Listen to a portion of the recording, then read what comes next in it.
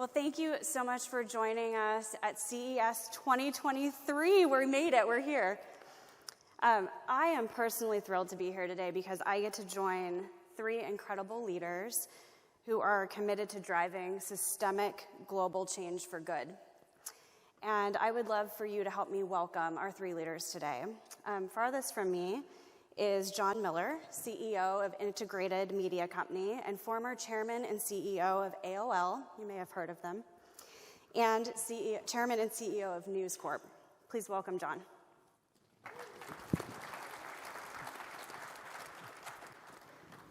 Next, we have Garry Jacobs, president and CEO of the World Academy of Art and Science, and also the chairman and CEO of the World University Consortium.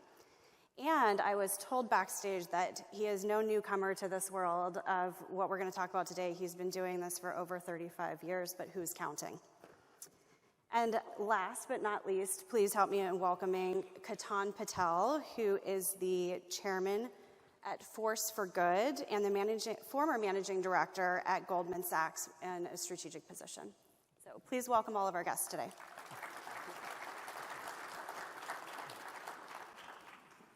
So I wanted to kick off today with something that I personally find exciting. I work in communications at CTA, and it seems like every year we get asked, what is the theme for CES? And every year, Garry Shapiro says innovation. And everyone laughs because it's the same theme. But this year, Garry, tell us about what our actual theme is for the show and the partnership, and we'd love just to hear more about it. Thank you, Melissa. It's great to be here. And our thanks to CES and the Consumer Technology Association for partnering with us on this. You've seen the video, and that gives a better quick glimpse of the topic than I can do in a few minutes. But essentially, the World Academy of Art and Science, we were founded in 1960 by some very eminent world thinkers, including Albert Einstein and Bertrand Russell, and Robert Oppenheimer, who was the father of the Manhattan Project, which produced the first atomic bomb. And these were thinkers and scientists who were really concerned about the security of the world and the role of technology in securing it, and also realized that technology was a double-edged sword. It could work either way, and we have to be careful about how we use it. Today, we thought with the end of the Cold War that all our serious challenges were over, but we've seen in the last 2 or 3 years a greater level of insecurity for many people in the world than we have felt in decades. And it's not just the insecurity of the Cold War.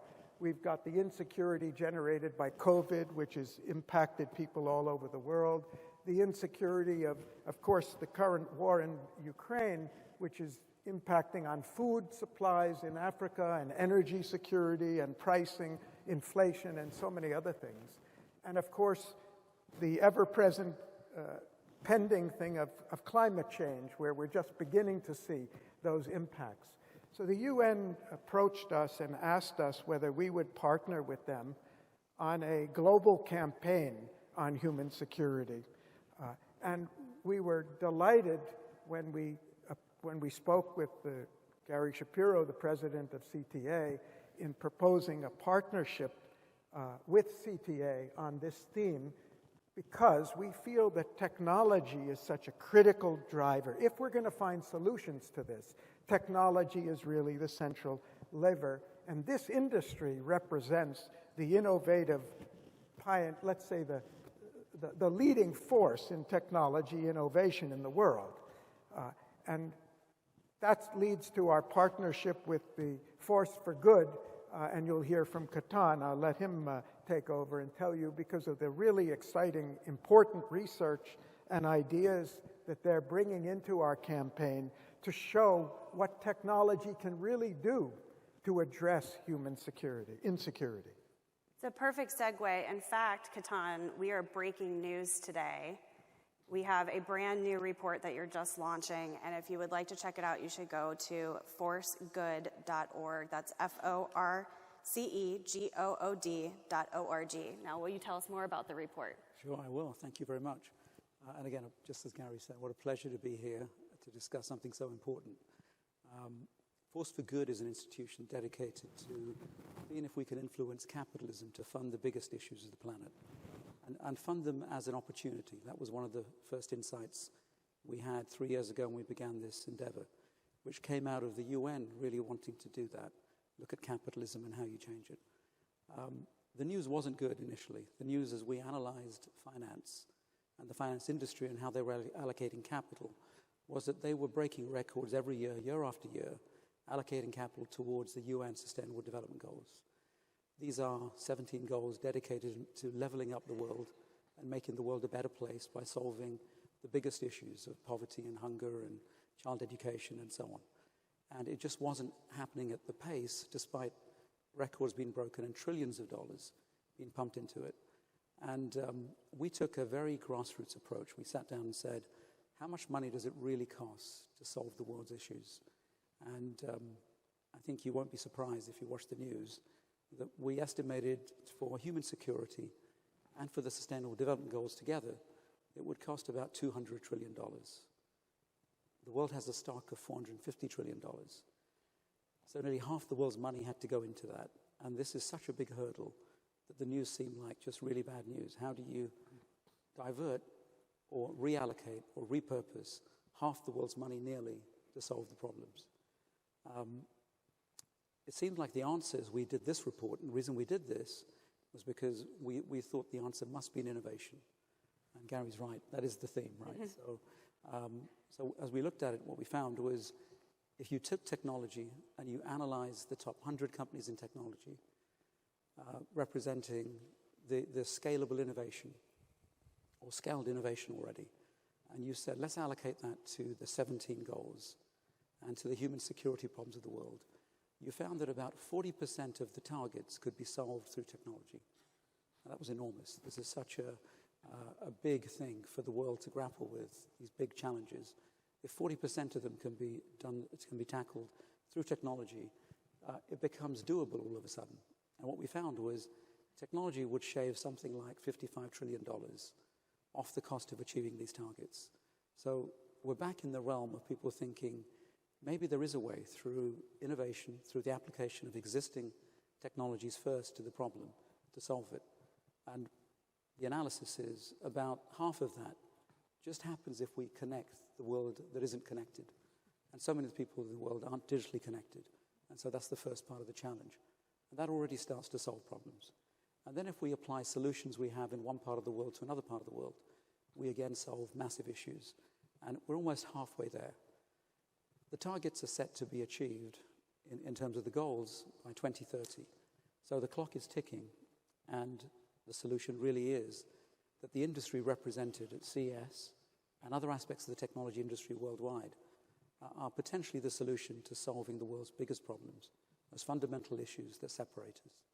And so we're delighted this report is launched. The report also goes into some detail, taking these 100 companies, analyzing how they behave and how they allocate capital towards things like ESG, the Sustainable Development Goals, broader stakeholders. And what we find is there is a massive alignment.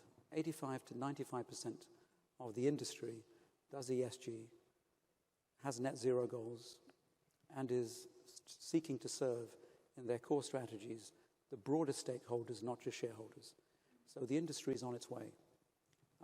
There is a long way to go still, though, of course, to actually achieve the targets. We also found that if you took the industry's initiatives on technology and you analyze all of those across these 100 companies, there are 19 technologies that stood out as the technologies that people think will define the future. So not just the catching up, but creating a superior future. And the report goes into what those 19 are and how they're spread across the top 100 companies. If I give you the answer, so as you look, you're looking for this answer, there's a small group of companies that have the scale, have the spread across these 19 building block technologies that will define the future, that look like they will be the technology companies that will actually shape our futures. Then there are, at the other extreme, a small group of companies that are placing very niche bets on a few technologies or a small cluster that believe they will be of the scale that will be bought probably, or perhaps will end up producing something important to change the world. And unfortunately, there's a whole group of companies in the middle that may innovate, but they look a little bit like they're not going to scale. They have the right intention, the right strategies, but just not the capital. I'm an investor too, and part of my day job, aside from doing Force for Good, is as an investor investing in tech. And we can see that this is an exciting time where technology is going to be called upon by the United Nations, the World Bank, leaders of countries, to actually solve these biggest issues. And as a result, we have a lot of hope, actually, that we can actually do this. I think it's so nice to bring hope to the table, because so much of what we read and hear and see is the doom and gloom. And so your report is actually changing kind of the prerogative of where we think we're going. John, I would love to hear from you. How do you think that technology can help bridge this gap?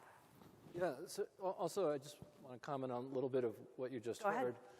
Because Ketan and Garry speak very straightforwardly, and he said things like the gap is 200 trillion with a T, and he did mean that. So these can be very daunting things, and it could contribute to a sense of gloom and doom, and that is not what we are doing and trying to do. What we're actually trying to do is be realistic about what's needed and realistic about what might be the things that could make a real impact on closing those gaps and identifying them. As Ketan said, there are some 19 technologies that we've identified in this regard. So we're trying to both be realistic about the scale of what's needed, and it's really at a great scale, and at the same time realistic about what can be done, and not just throw up our collective hands and feel that the sky is falling and there's nothing we can do about that.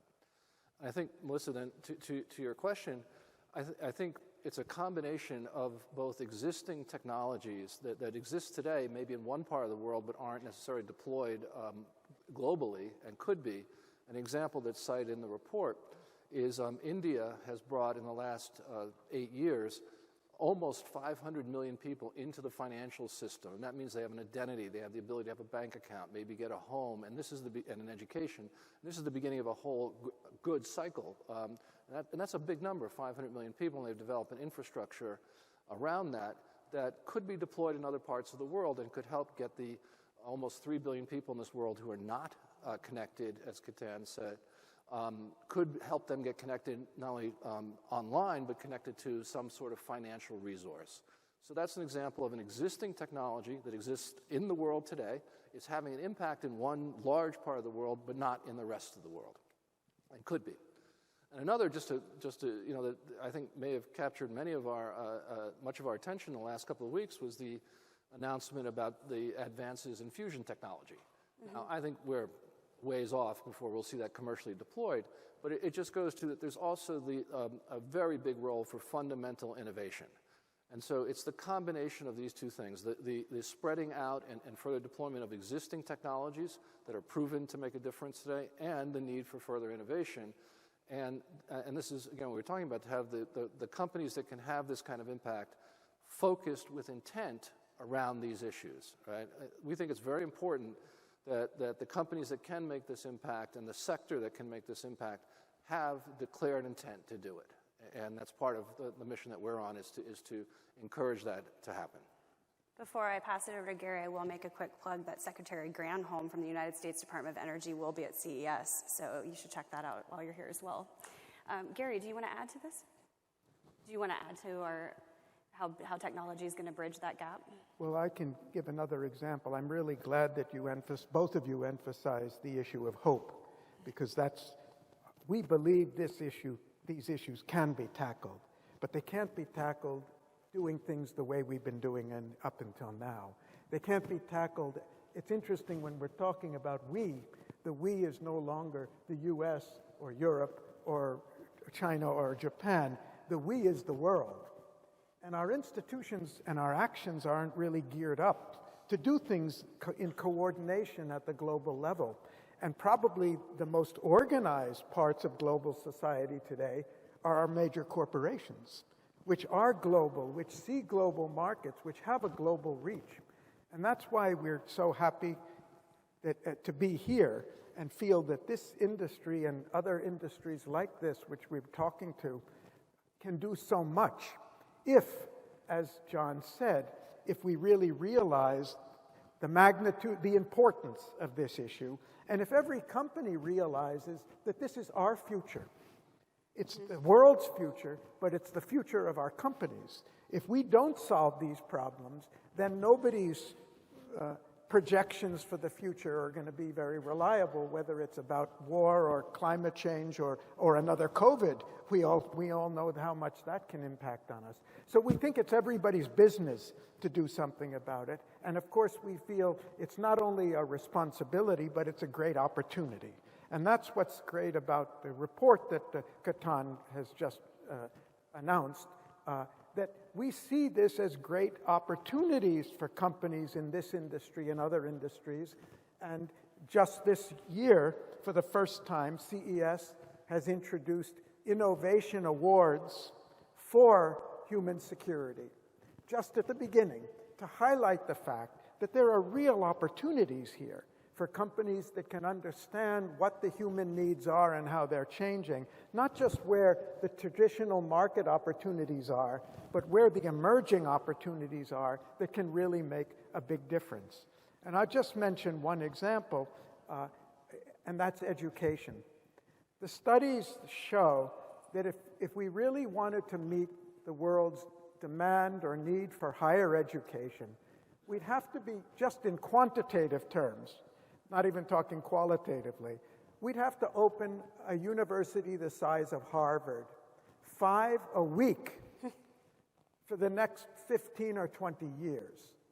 Harvard's a 300-year-old institution. You don't just create them overnight anywhere. And even we see in other countries like India, their top universities, they're not able to get the qualified staff they need to mount them even when they open them up. So technology has got to be a real player in extending world-class education to everybody who wants it at a far lower cost than it is today. And we all know in this country how expensive good quality higher education is. We've got to change the paradigm. And this is just an example of something. We're working in the academy and with other organizations. How do you change a global paradigm for higher education to get all the wonderful knowledge that's there and make it available at a much lower cost to anybody who needs it? That's to prepare our workforce for the future. That's to prepare our citizens for the future, so we understand what the challenges are and we understand what we can do to make it happen. So this is real. The opportunities are real and substantial, and we think the strategies, and a number of them are included in the report, practical, we call them impact strategies, to really show what a big difference can be made if we approach this in the right way, with technology as one of the core drivers. Ketan, Garry mentioned, opportunity, but with opportunity also comes challenge. So, what are the challenges that we're facing in creating a secure, sustainable future? It's interesting because the challenges, we see them on the news all the time. And one of them, which I know is dear to something John spoke about earlier, is you open the papers and you see the technology industry as an industry that has collapsed higher in value than anyone would have expected. And you see leaders of the tech industry speaking their mind about certain issues. And there is a perception the tech industry is sometimes a force not for good, that it's a darker force that is causing problems between countries, between parts of society, and so on.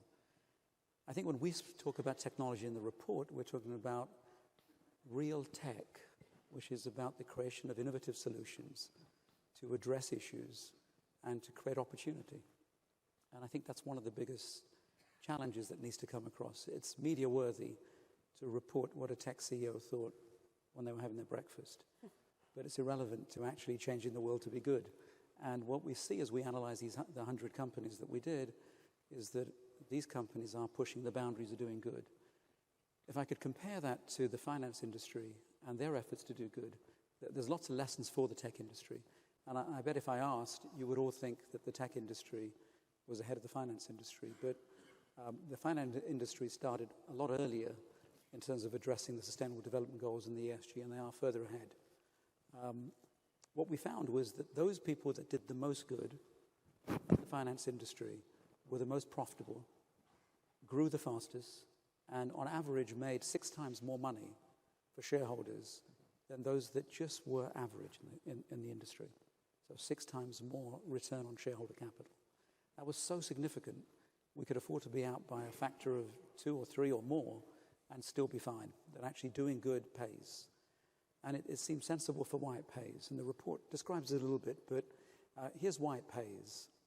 If you innovate and you figure out how to turn a customer that is not profitable into a profitable customer, and that is a scalable proposition that allows you to reach hundreds of millions of customers across the world using technology, that's a very profitable thing to do.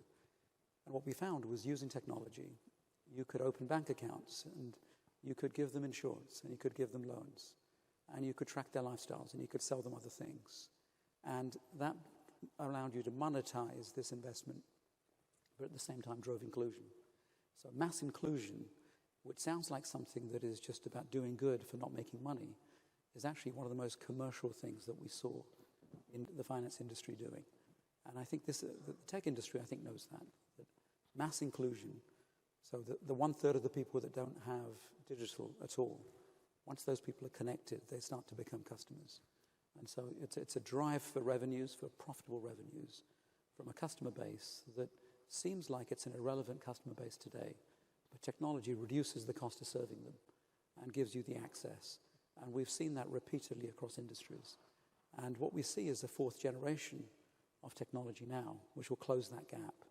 And I think CES is a fantastic place to actually see that future. John, what challenges do you see? Well, I think one of the challenges, and it's the other side of something Ketan just said, which is we think this is good business.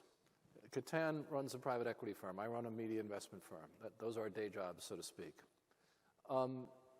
We believe in everything we said, if approached right, is good for business.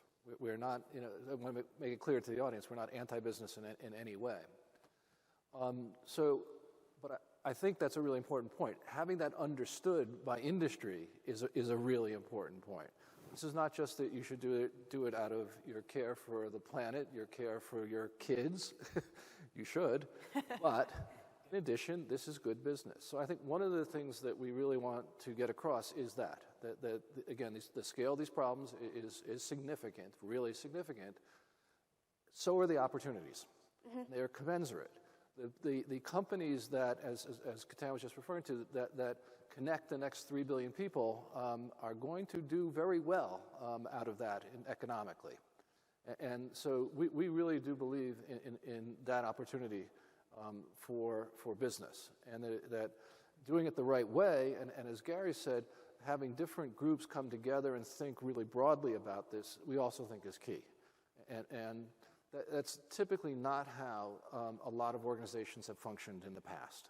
Even in the technology sector, if you cover, I see there's a lot of media people here, if you cover some companies in the sector, they don't typically form alliances in many cases. They like to run their own race in how they do things.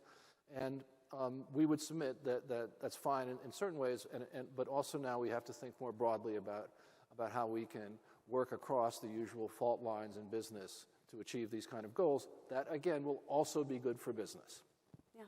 I'm just going to pick off that because I think John said something that is so pertinent to the tech industry. We see a DNA emerging. We saw it in the finance industry, and we see the makings of that in the tech industry. The DNA of solving complex problems is something this industry really understands. Right? But the nature of the problem you're now solving has a social element, has a cultural element, right, has a geographic element, has a literacy element even, and then has a identity element sometimes. And so you're starting to solve problems that seem like intractable problems. It would be fair to say that the north of the world and the West, as we define it, seems to have given up on the global South. As we analyzed it, we found that people looked at the South and said, they're just too poor, and they're not going to be customers, and it's not worth our while.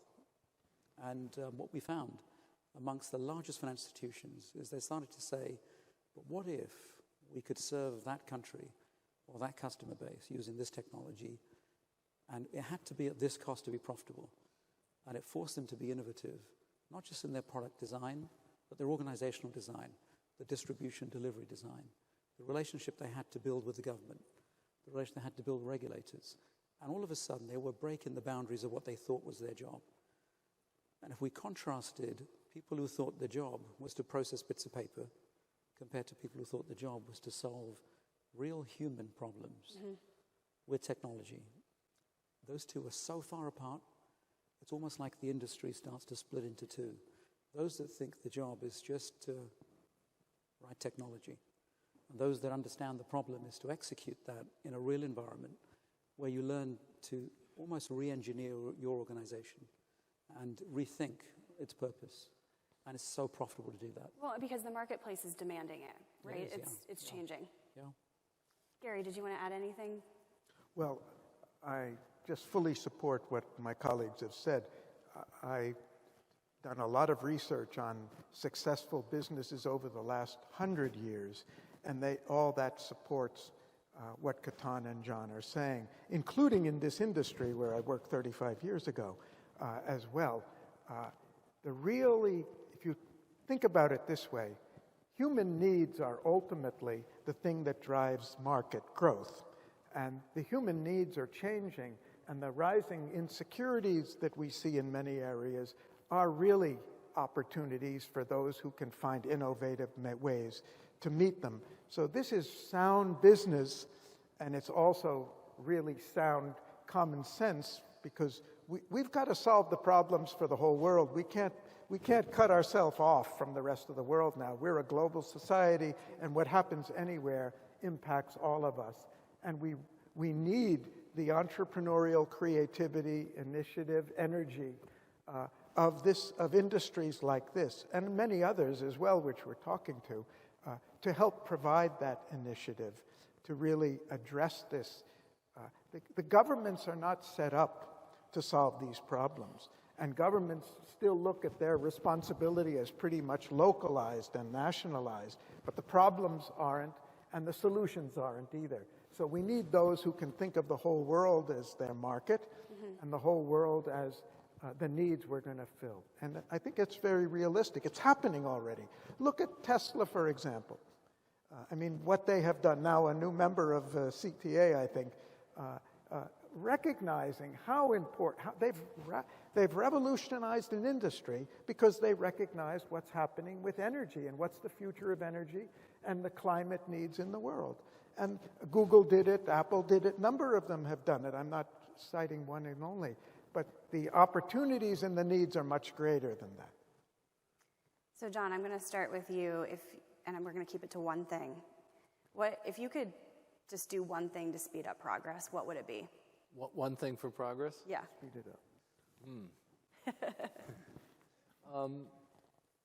I think it would be, well, I'm going to come back to something I said. I think it would be getting this industry, the technology industry, to have intentionality around around these issues that we've highlighted here and the opportunities that we've highlighted here.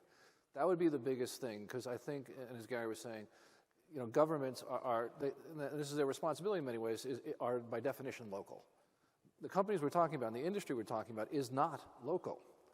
And so I think that it needs to lead in that regard. And so I think the biggest thing is if we could have this industry, starting right here today with CES declaring this a theme, to have intentionality around these issues, that would be a huge development. And as Ketan said, this industry, technology, is actually behind the finance industry in terms of its, let's call it, broad-based commitment to these kinds of goals. Surprising to me, certainly, that that's the case, and I think many in the technology industry, which probably think of themselves as leaders, need to think of themselves as leaders around this. Garry, one thing, speed up progress. I'm going to, talk to the industry this way. Think about the education that you had, that we had when we were going through the education. How much have we really been prepared to understand the world we live in and the world that's unfolding, to understand what's going on, the amazing complexity of things?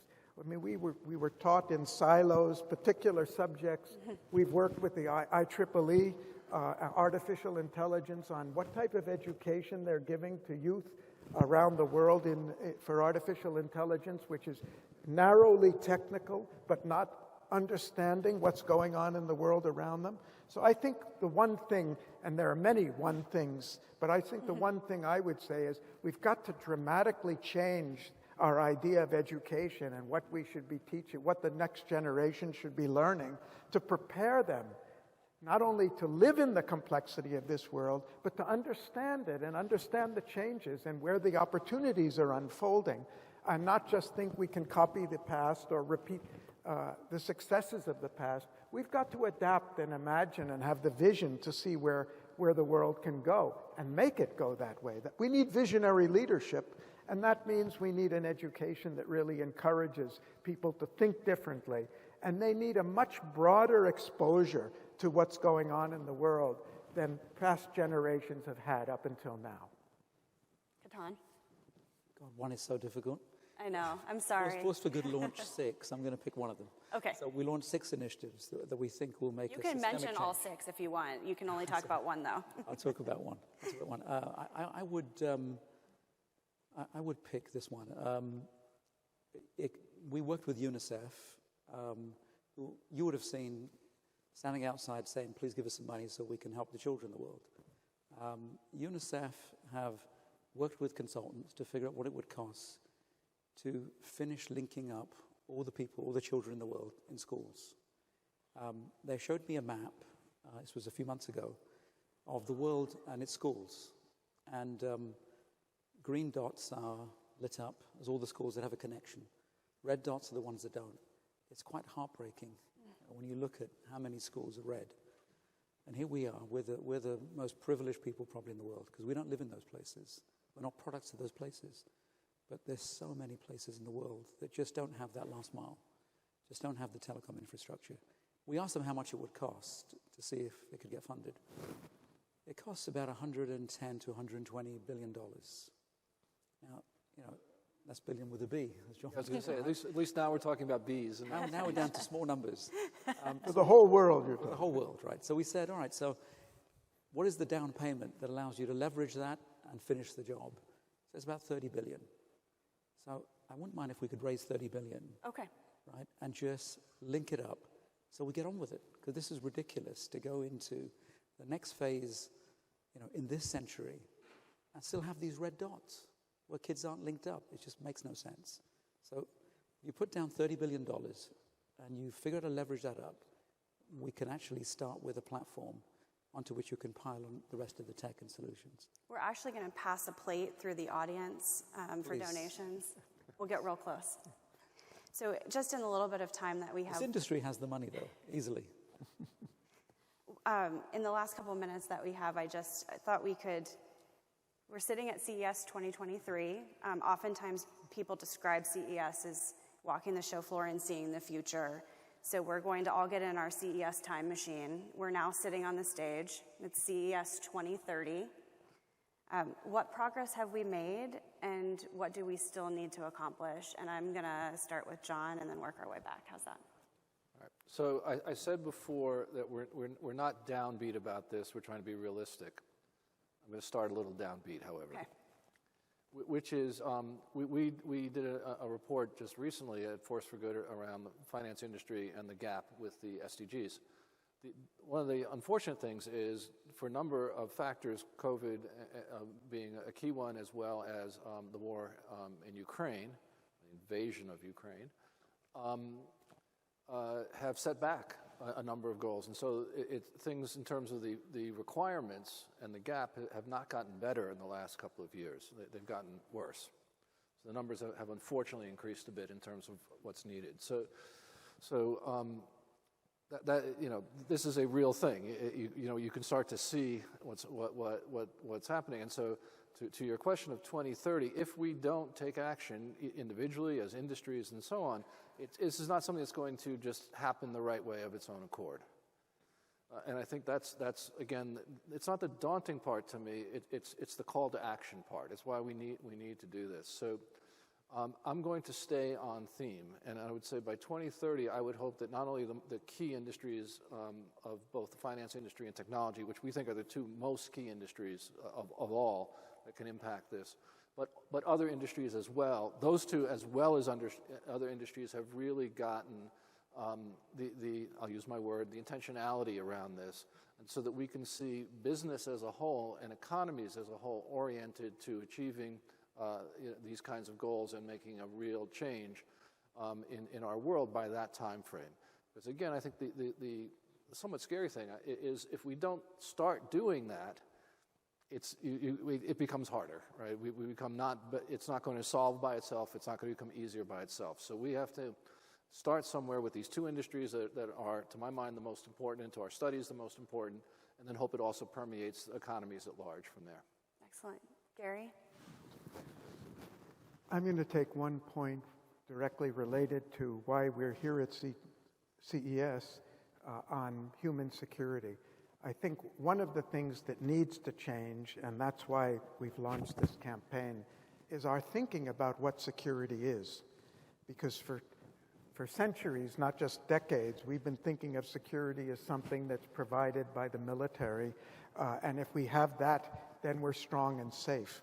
But I think what we see today is that insecurity, whether it's for a job or for safety from environmental hazards, the availability of water, forest fires, food transport, economic, in any of these, health, we saw through COVID, any of these areas are really the security of individuals. That's us. The real security comes only when people and individuals feel secure. It's not enough that our borders feel secure. COVID didn't respect anybody's border. It didn't matter how much we had invested in our military.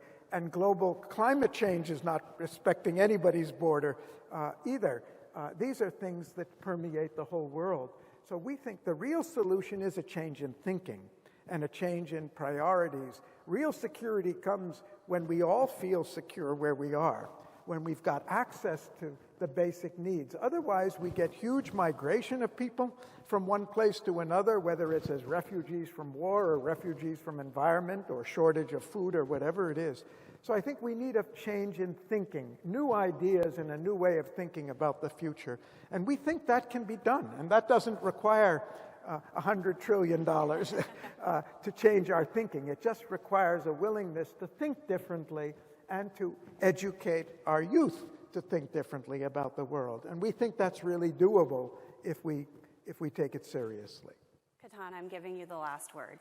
Thank you. So I think this is the magic show. I mean, this is the biggest show on earth of any industry where people get together to talk about the excitement of doing good. And I've got to admit, as an investor with that hat on, I love it because I'm often in a position where I'm sitting there and people are coming forward with great ideas that they want funded. And those might be ed tech or fintech or medical tech or clean tech, but they're coming forward with fantastic ideas and the excitement that they're going to change the world with this technology. And so I think if we're here at CES 10 years from now, I think we'd have to recognize the world's in a transition. And the civilization and everything that we know was built off fossil fuels. And fossil fuels will not build the next civilization. The next civilization that we all live in that is much more functional than this one, that allows us to get to space and take the billions of people that aren't included, can't be built off fossil fuels. And so by 2030, if we're sitting here, I think we'll be saying alternative energies have already been implemented. Those technologies are widespread. And we're seeing massive breakthroughs that make us believe that fusion or some other form of energy is viable. We will have made the breakthroughs in areas of quantum computing and nanotech that make us think these are also big commercial solutions. And so I would imagine that the transition looks much more feasible. And I think actually around this table and on the stages will be people from the United Nations and the World Bank sitting alongside technologists talking about how we're going to fund the next civilization that's much more equitable and very profitable. And our final chapter in our report talks about the leap that we would make with 2 or 3 fundamental breakthroughs in energy, material science, and computing. And our estimate is that would be 3 times the GDP that we have today by 2050 to 2060. And the 2070 to 2080 period should see a 20x of that, just because this is the nature of a transition from one civilization to another. And so don't imagine tech stocks will be down. We're not going to build it from oil and gas. We're going to build it off these companies. Ketan, Garry, John, thank you so much for joining us today. Thank you. Thank you, Melissa.